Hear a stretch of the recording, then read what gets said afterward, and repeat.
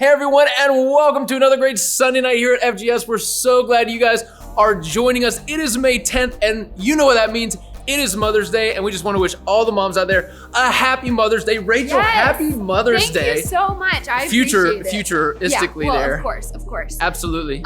So we want to let you guys know that we're on Instagram and YouTube all the time. We have Instagram live at lunch every single weekday, and you can find us here on YouTube every single Sunday.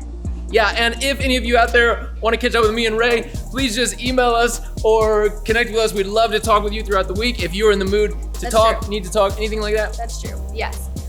So we also want to let you guys know that March Crackness is over, and we need you guys to score your brackets and send them in. Send in how many points you got. Absolutely, 100%. Also, send us scare videos. If any of you guys out there are scaring your parents, siblings, or if you're getting scared, your friends, whatever, send us some scare videos. Yes. We'd love to see those. And 10-second talent videos. We know you guys have some super awesome talents. Lots of good talent. And we want to see them, so send those in as well.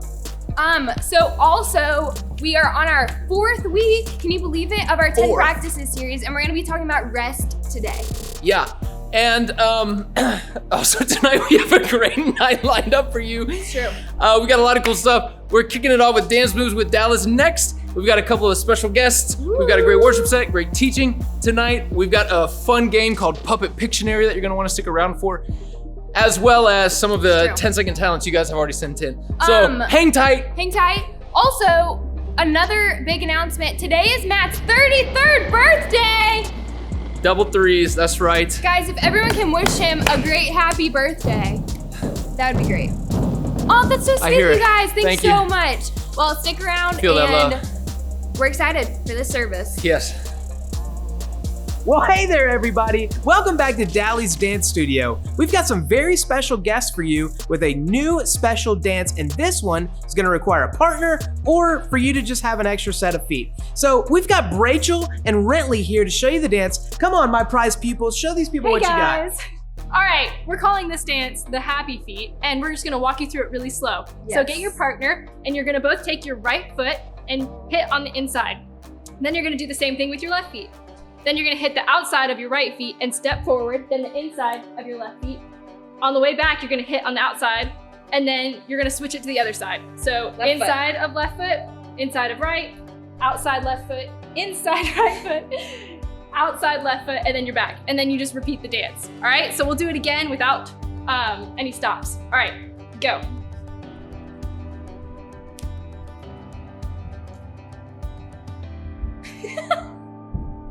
All right, try it with us now.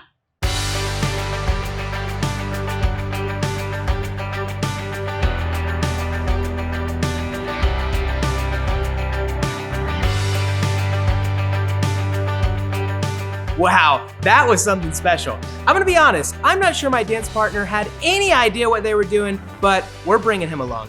As for these girls, I wish they'd wear socks or at least some sort of Crocs, but you girls did a great job and made me really proud. It's been fun to see how far they've come, being a part of Dally's Dance Studio. And it's been fun to watch you develop week over week and just the many years that we've been doing this. You are really getting better, rest assured, my friend. We'll see you next time back here at Dally's Dance Studio. Won't you join us? Bye! Hey there, high school. Wynn and Molly and I are so excited for another week in our 10 Practices series. This week, we're going to be focusing on resting your soul. From the very beginning, God designed us to need regular rhythms of rest and recovery. Time for us to slow down and to reflect. Time for us to remember who God is. We remember who He is because in His presence, there is complete rest. So why don't we take a few seconds together to rest? Refocus your heart on the Lord and invite Him to heal and encourage your heart through our time together. So why don't we take a few seconds for that now?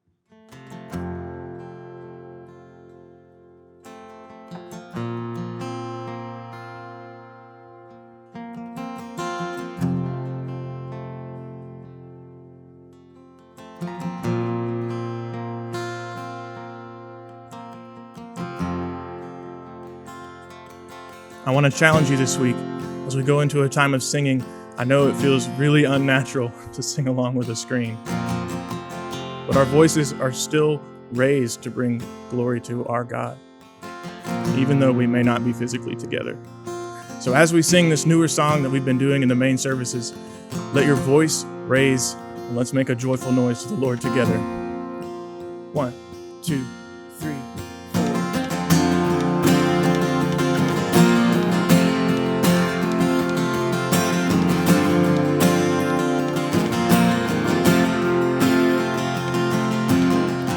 In the middle of the night, when worry finds me, in the middle of a fight, when strength is gone, in the middle of a fire, when fear is closing in, you are my song.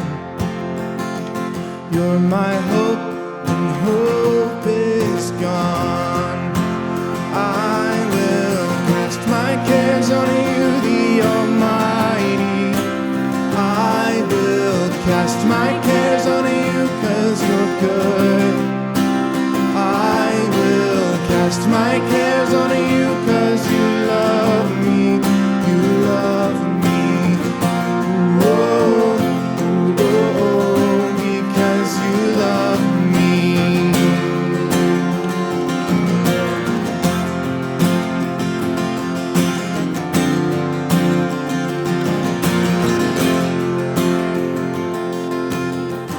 In the middle of the night, when worry finds me, in the middle of a fight, when strength is gone, in the middle of a fire, when fear is closing in, you are my song.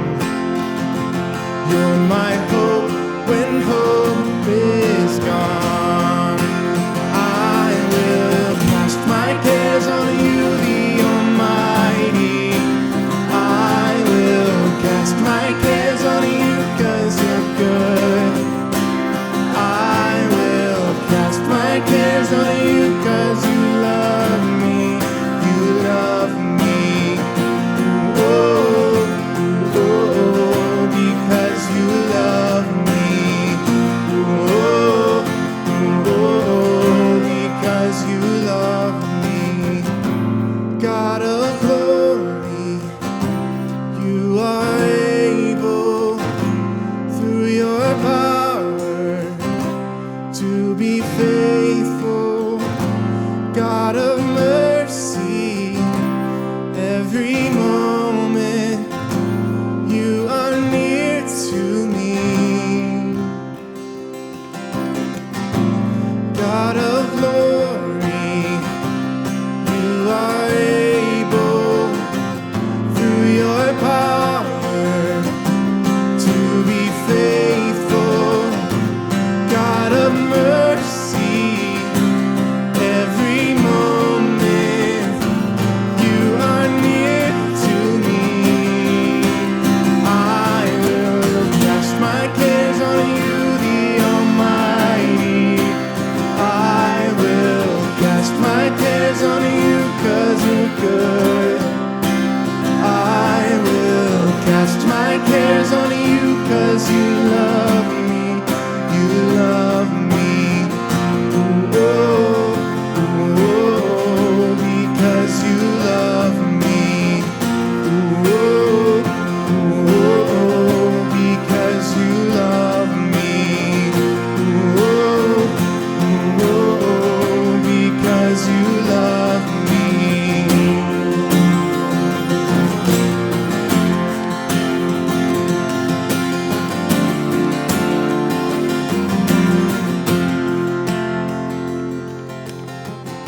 In the middle of the night, I'll pray with confidence. In the middle of a fight, you're greater still. In the middle of a fire, your love is holding me. You are my song. You're my hope when hope is gone.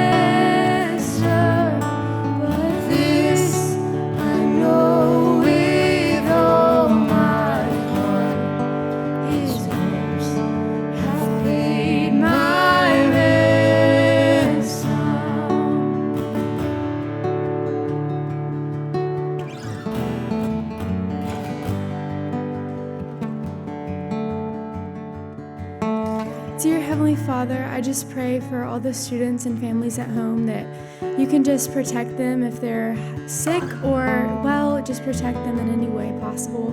And I just pray for all the students that are still working on school, finishing up school, working on exams. I pray that they can just put all their anxiety, stress to you, Lord, and just focus this week on you and not worry about anything else, just putting all the stress to you, Lord. And I just pray that everyone has a good week, and we can just come and worship next week again together. And we love you so much. Amen. Hey guys, and welcome. We have a brand new segment here at FGS, and we are calling this game Puppet Pictionary. This is how this game works. We have two teams set up, Team A and Team B. When it is Team A's turn to guess, Team B is actually going to be drawing for them. I know that's a twist on Pictionary, but here's where that comes into play because this is Puppet Pictionary. The drawer for Team A is actually going to have their arms controlled by members of Team B. So Team B will be drawing the picture and Team A will be trying to guess. And when it's Team B's turn to guess, Team A will be drawing, so it'll be flipped. We are doing this on the honor system, of course. We are trying to draw in a way where the other team can guess it, not trip them up so that they can't. But this is the Puppet Pictionary. We hope you guys enjoy. Stay tuned. All right, here we go. 3, 2, 1, go. A house, brick house, square, 4 square. Present. The box, Oh. Christmas gift. A treehouse. Treehouse. Playhouse. Okay. A castle. Is it pouring? Is it a dispenser? Is it a bucket? Is it a? Nathan's looks like a paperclip attack. Oh, a purse? Is it a hat? Yeah, waterfall. Reservoir, water tower. Dallas. It's a house. It is. Church. It's some kind of A house. church building. A church? A house. playhouse. A house. A water house. A home. Waterfall house. Mickey's Clubhouse. A lake house. A beach house. A mountain house. Time. What? It's the driveway. Oh! Ready, set, go. Oh, wow. Rachel, look Fish. at what I'm Circle. drawing. Look at what I'm drawing, Ray. Fish. Rainbow. Water. Water. Light. Sunset. What are you doing? Sunset. Oh. Water? A cloud. Ridley's Airplane. resisting. I'm really not trying. Clouds. Rain. I'm so sorry. Birds. My hands A are dragon. Loch Ness monster. A dragon. Really? Mermaid. I'm Uh, really not trying. fishing. Girl, I don't know. mermaid. 10 seconds. No. Brushing your teeth. I don't know. Elsa. Hair. Doing your hair. Flower. Hairbrush. Present. Moon. Oh, that's it. Time. What is it? Is it a thunderstorm? A I had to, tornado? oh, Matt, that's amazing. I had to go over here because What mine is it? got too messed up. The word is bride. So this is their altar. Oh What was the my water? This is gosh. the people. Those are people, not water. And then this I is couldn't her even with see her that. bouquet. I couldn't even. Set, go. Dog. Puppy dog. Person. Oh my gosh. Firefighter. Sombrero. Oh my gosh. Cinco de Mayo. Cowboy. A baker. balloon. no. A balloon. Loaf of bread. Loaf of bread. A cloud. A baby. A cloud. baby. Delivering a baby. Playing catch. Oh, baseball. Yes, Baseball. yes! Yeah, What was it? nice. Ping pong. Ping pong. Oh, nice, nice. Rachel. Ooh. Ready? I'm really nervous. 3, 2, 1, go. Heart. Sunshine. Flower. Apple. Sunny day. Bouquet. What? Stop, Nathan. Park day. Nathan. A person in the park. Nathan, hold the marker. Someone outside. Sunscreen. Sun tanning. Oh, kite. UV. Sun ray. Sun rays. Tanning. Matt, you keep shaking your head. Sunlight. UV light. Sunshine. Dallas, you're doing great. Rain. Yes. Sunlight. 10 seconds. Nathan, you're literally moving your hand. Sunglasses. Oh, man. Ultraviolet light. Done. Yo, we're right there. You're right there. What? It's sunburn. Oh. Dang it. No. 3,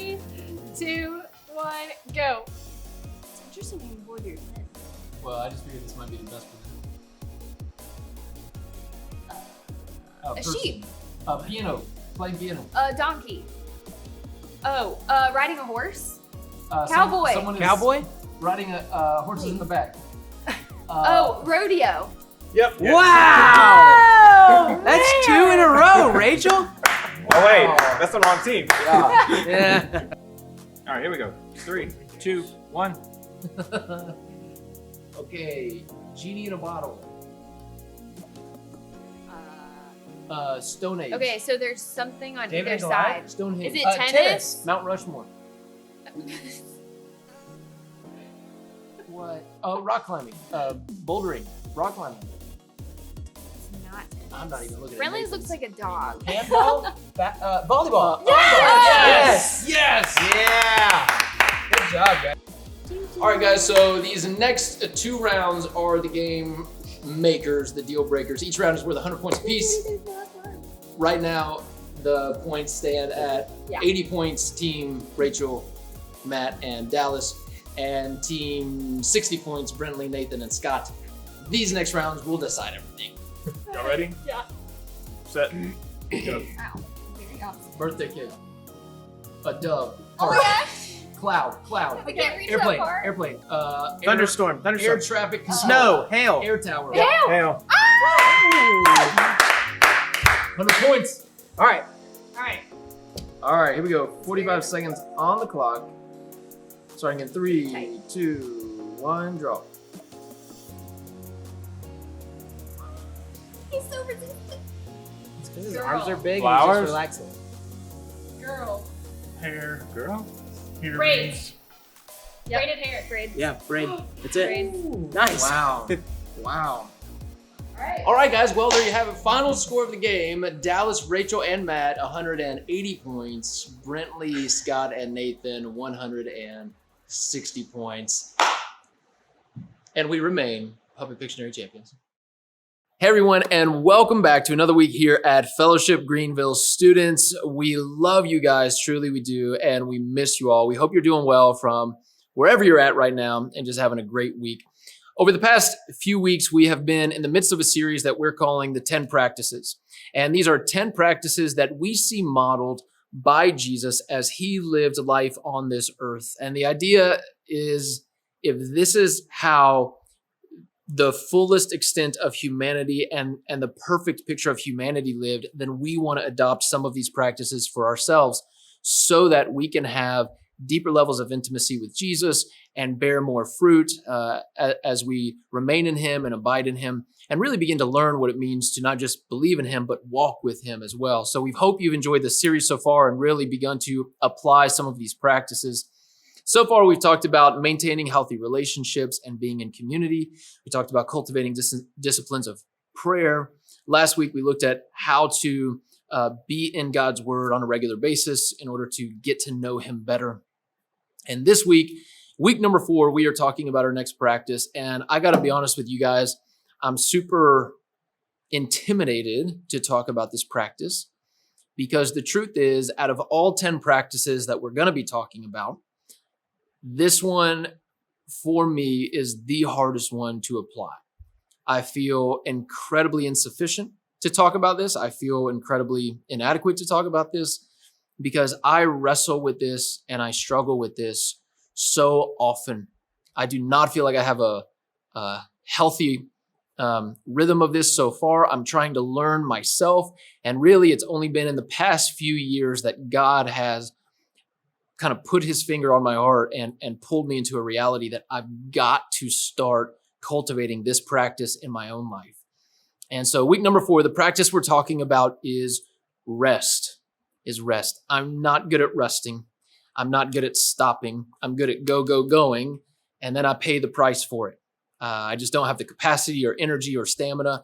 I become irritable or whatever else, and my body eventually begins to break. And I've had a few wake-up calls along the journey where I think God has been trying to show me, dude, you can't do this. You got to stop. You got to rest. And I'm finally starting to get it. So just know I feel like completely inadequate to talk about this. So we're learning together, step in step with each other on this one. So let's talk about rest and this biblical word Sabbath that we're going to be talking about tonight. Quick overview of where we see Sabbath all throughout the scriptures.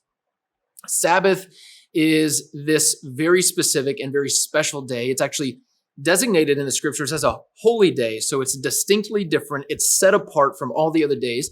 And we first see it modeled by God himself in the creation process.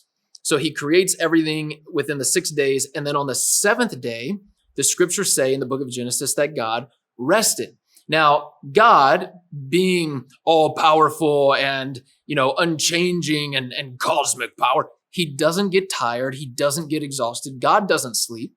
And so his rest was not out of exhaustion, but satisfaction.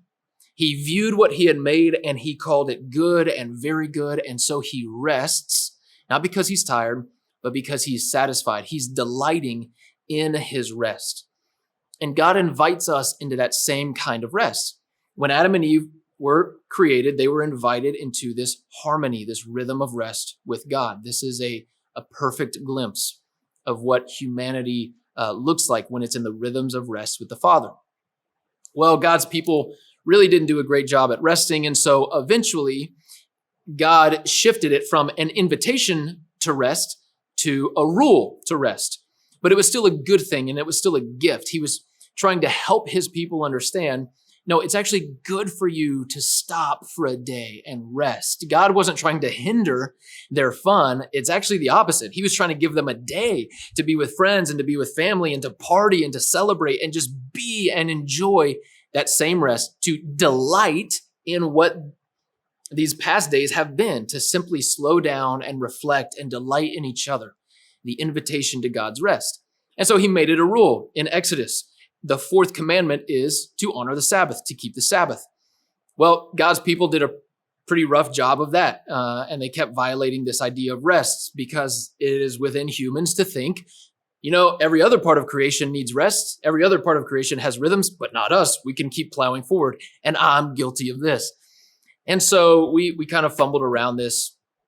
And so the religious leaders began to then take God's concept of rest and say, man, if this is really important, we really need to help our people obey this. So let's take the idea of Sabbath and then create 39 rules of our own on top of that. And then we'll help people truly not do anything. And this whole system became an encumbrance and a weight upon the people. You had to count your steps. They had the original step trackers back in the day. You had to count your steps. You couldn't take more than 100 steps. You couldn't carry an object beyond a certain length. You couldn't spit, or if you did spit, you couldn't step in your spit. Like there were so many ridiculous rules, and they were trying to be so strict on this idea of rest, don't do anything. But all their rules actually made people more stressed out and hindered them from resting. And this was the culture as we see it throughout the scriptures. And then Jesus comes on the scene. God in the flesh comes on the scene. And Jesus begins to approach Sabbath very differently. In fact, out of all 10 commandments that were taught in the book of Exodus that God gave to Moses and to God's people, 9 of those 10, Jesus repeated in the New Testament. We see him reteach them. And Jesus says, I've not come to destroy this, but to fulfill the law. So he actually upholds the commandments perfectly. He repeats 9 of them. The only one that he doesn't repeat is, guess it, Sabbath. So even though he doesn't say it, he lives it differently. In fact, the reason Jesus was murdered is because of how he interacted with the Sabbath, and the religious leaders hated him for it. He did things on the Sabbath that broke their 39 rules. He behaved on the Sabbath in ways that broke their 39 rules. And as they asked him about it, he would eventually talk about himself in ways that was equalizing himself, putting himself on the same plane as God the Father, and they could not believe he would make such claims. And so eventually they killed him for those statements. It was the Sabbath that was the gateway, the open door to Jesus' death. But look at how he interacts with the Sabbath. The people are burdened. They have all these rules to follow. They're supposed to not do anything, but by not doing anything, they have a jillion rules to try to obey, and they just can't. And so it's not a day of rest. It's a day of enslavement. It's a day of burden. Jesus, God in the flesh, comes on the scene, desiring his people to truly rest. And in Matthew chapter 11, these verses we're going to look at tonight, 3 verses we're going to look at. Matthew chapter 11, starting in verse 28, Jesus says this, Come to me, all who labor and are heavy laden, and I will give you rest. So Jesus is saying, man, do you feel weighed down in life? Do you just feel like completely burdened by life and the demands of life and the expectations of life and the weight upon your shoulders? And if the answer is yes, then come to me and I will give you rest. Take my yoke upon you and learn from me, for I am gentle and lowly in heart, and you will find rest for your souls. For my yoke is easy. This weight upon your shoulders is easy, and my burden is light. And I want to focus on this phrase that he says, you will find rest for your souls, because this is the kind of rest that the Sabbath was always meant to be about. This is the kind of rest that God invites us into. So one of the things I've noticed is in American culture, we are hustlers. We pride ourselves on going. And again, I am guilty of this. I was in a meeting a few years ago, and it was all these kind of higher up people, executive people, leaders of this organization. And I was sitting in this room, and I heard them talking about this gentleman who was in his 70s, and he just retired. He had worked for 50-something years, and he had just retired. And I recall this story because I remember they said of him, man, can you believe that in all the decades that that man worked, he never once took a day off? And the whole room was like, whoa. And they just started applauding. The man wasn't even in there. Like, they were talking about him. He wasn't even in there. They were applauding the air, like the thought of him. And everyone was so awestruck by this feat of hustle. Everyone except me. And I kind of felt like the oddball in the room and the weirdo, because I sat there and I thought, I wonder if his kids would sit here and applaud. I wonder if his wife would sit here and applaud. Or I wonder if they just wish Daddy would have been home a little bit more, that they would have seen him a little bit more. I wonder if they would have evaluated it the same way. It's amazing to me, as you think about American culture, we applaud working and hustle so much that workaholism is actually a normal trait for so many. And there's a ton of reasons behind why, but we really put value on that. And even in the Christian world, in which we're invited into rest, to actually take the weight off of our shoulders and bring in Jesus's way of living. So how do we see Jesus living? Well, you see Jesus, God in the flesh, the perfect picture of humanity. You see Jesus say no at times. Like, there are these times in the scriptures where he does these healings and miracles, and then other people like try to swarm him and receive blessings as well, and Jesus withdraws. Like, you would think God is on earth for only a limited amount of time. He's in the flesh for only a limited amount of time. He's going to be dispensing power and healing everybody at every chance he can get, and he doesn't. Jesus submitted himself to the laws of humanity, which means he got tired. And you see Jesus pull away at times. You see him say no at times. You see him sleep. You see him rest. In fact, one of the things he was known for is he would begin his days with solitude by getting away with God. We're going to talk about that next week. And so many times the disciples couldn't even find him. Man, where is he? And they would discover he's gone off to be with the Father. Jesus modeled rhythms of rest. So as the Sabbath evolves throughout the scriptures, you have it as an invitation first and then as a rule. But now we're in this new covenant. You and I aren't under the law of Moses anymore. We're in this new system, the law of grace. And so the question on the table is it still a rule for us? Are we supposed to have 6 days on and 1 day off, and 6 days on and 1 day off? And I would say, no, it's no longer a rule, because Jesus fulfilled the rule perfectly. But through our relationship with him, and I think this is what he's inviting us into, through our relationship with him, he's inviting us into not a rule, but a rhythm in which we find rest in him. Paul talks about this in Romans 14.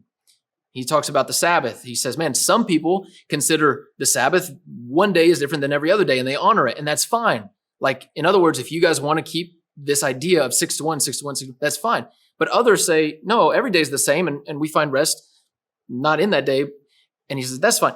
And so it's this issue that really, I think Paul's saying it's no longer a rule of law. In other words, you don't just obey it because it's the rule. You create it in your life because the rhythm brings life to you. In fact, what we're saying for this week is we believe that God invites us into his rest, that we actually partner with him in the rest that he models, to delight, not just to stop doing stuff and sit there fiddling our thumbs, but to delight in him and his presence and the things we've accomplished over the 6 days. He invites us into his rests. And this is different than simply relaxing.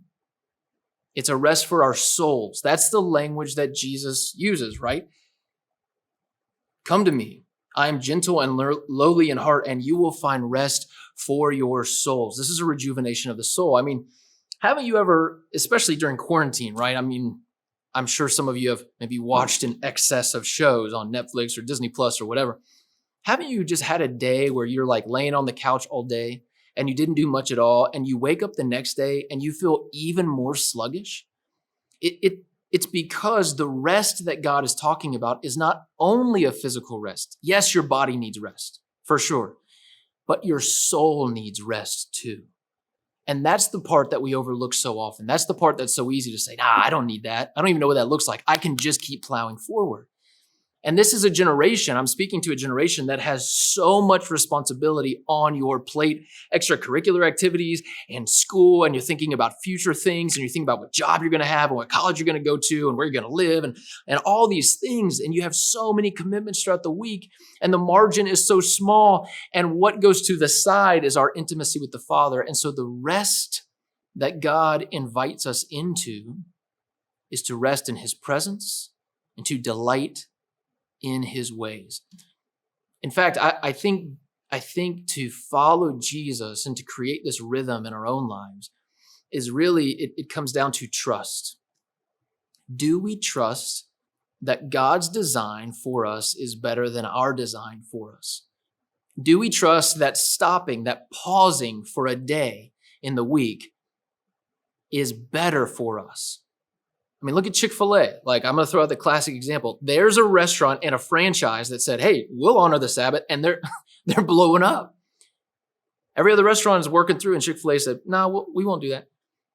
Do we truly trust that God's ways are better than ours? It really comes down to trust. Do we trust that pausing for a day is better? And the tendency is then to think about, oh, but I got to do this, and I got to do this, and I have this appointment, I have this responsibility, and I didn't do my homework, and I procrastinated, and I've got that game, and I'm on the traveling team. That's us thinking that our design is better. But if we trust that God's design is better, then trust leads to surrender. All right, God, I don't quite understand how pausing for a day is going to be better, but I'll surrender that. I'll try this thing out. And so we follow the ways of Jesus. If we truly believe that Jesus is the best representation of humanity, and that he has this perfect relationship to the Father, then it would stand to reason, well, then I want to try to approach life the way he did. And this is something that God has been teaching me in the past couple of years. Matt, you don't trust me that resting is better for you. And so one of the things my wife and I have done is we've made Saturday a family day. I don't do house projects. I rarely have my phone in hand. If I do, it's really to take pictures of the kids or something like that, something we're doing. Every day we start it with donuts or cinnamon rolls, and every Saturday night we end it by going to Chick-fil-A before they close on Sunday. We go to Chick-fil-A and we get a meal, we bring it back, we have a picnic in the toy room, and we watch a movie together as a family. We've been doing it for about 2 months now, and I have safeguarded this thing and protected this thing, and it has brought so much life. To have a rhythm. Now, is every week going to be that possible? Probably not. And that's why this is no longer a rule. It's not about legalism. There might be a week or somewhere in here where you're like, I didn't this time, or I can't. And it's okay. Have grace on yourself. But this is why it's so much more about rhythm. Creating a rhythm, an ebb and flow in life in which you're abiding with Jesus. So what does rest look like? is creating rhythms throughout every day in which invite you into the intimate presence of Jesus, and then creating a unique day in the week in which that looks different than every other day, in which you're spending time delighting in God's presence. You're partying, you're hanging out, friends and family are the priority, you're resting. So that's our challenge to our student ministry and to ourselves, to create a special rhythm throughout our week and to have one day a week that looks different than every other day, in which we participate in the things that connect us with God, that help us delight in his presence. And I certainly hope that you and I would begin to create this practice and live into the way of Jesus as he models rest for us. Love you guys. Have a great night.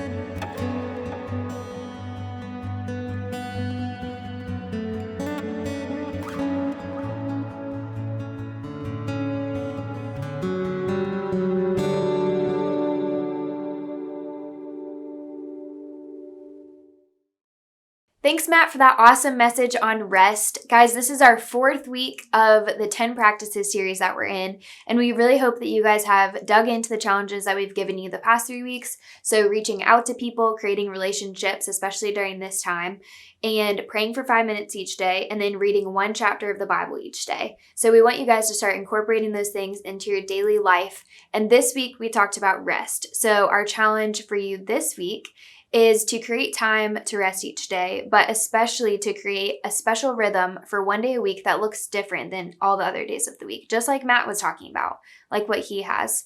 It's really hard for us in this culture where we're just like, go, go, go, we need to do everything, but that's really what God has for us. That's what Jesus modeled for us and what God modeled for us in creation. And it's trusting that God's rhythm for us is better than what we might do.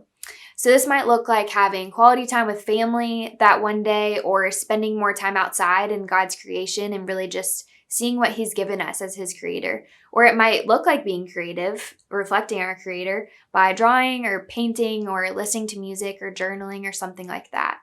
So it really looks like anything that brings rest to your soul, that's restorative to you, and that draws you closer to the Lord during that time. So we have some discussion questions for you guys, like normal, to discuss with your small group if you meet with them this week, or someone that you just want to reach out to and maybe share this message with. So the first one is, how have you been incorporating the first 3 practices into your daily life? So again, that's reaching out to 3 people each day, praying for 5 minutes each day, and then also reading 1 chapter of the Bible each day. And then our second question is, are you good at truly resting? And what's keeping you from true resting if you're not? I feel like most of us probably aren't. So what's keeping you from that true resting? Just like Matt said, like, are you feeling weighed down by things of this life? The third question is, in what area of your life are you not trusting that God's way is better than your own? And then our last question for you guys is, where do you think that you can add this rhythm of rest into your life? And what does that look like practically? So maybe that's planning out a day of the week that looks best for you, or just planning out like 10, 30 minutes each day of just really resting in who God is. So we hope you guys are encouraged by that challenge, and we'll see you next week. All right, guys, up next, we have our segment that we're calling 10-second talent. We asked you guys to send us a video of you doing a talent for about 10 seconds, and we have some submissions here. So stay tuned and see some of our students doing our 10-second talents.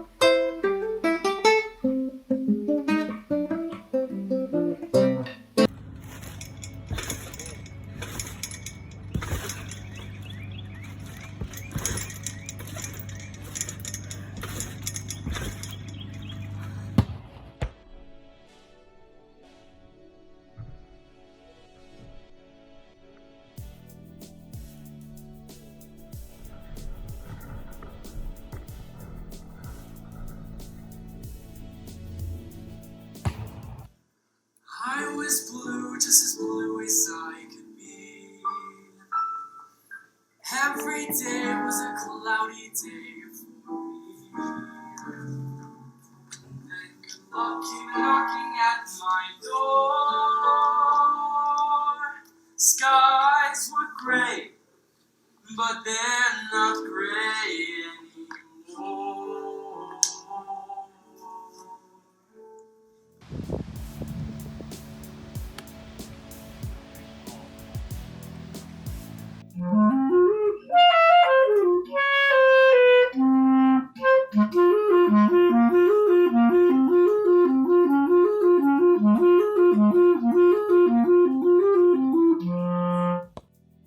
Hey guys, thanks so much for joining us tonight. We've loved our time with you as always. We hope you have such a great week.